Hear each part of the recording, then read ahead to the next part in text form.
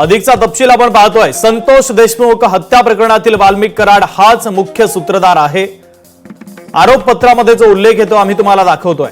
पोलिसांच्या आरोपपत्रामध्ये वाल्मिक हाच मुख्य सूत्रधार असल्याचा उल्लेख आहे। आरोपपत्रामध्ये विष्णू साठे हा नंबर 2 चा आरोपी आहे।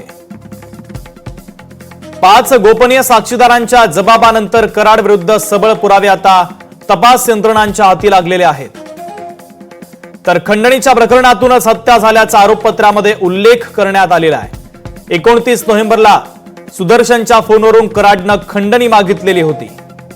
6 डिसेंबरला देशमुखांचा सुदर्शन घोले, प्रतीक घोले आणि सांगळेंसोबत वाद झाला। खंडणी, अॅट्रॉसिटी आणि हत्या या तिन्ही घटनांचा आरोपपत्रामध्ये उल्लेख करण्यात आलेला आहे। देशमुखांना सुदर्शन घोले मारहाण करतानाचा व्हिडिओ देखील आता सीआयडी कडे आहे।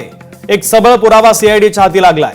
कराडने विष्णू साठेच्या फोनवरून 2 कोटींची खंडणी मागितलेली होती।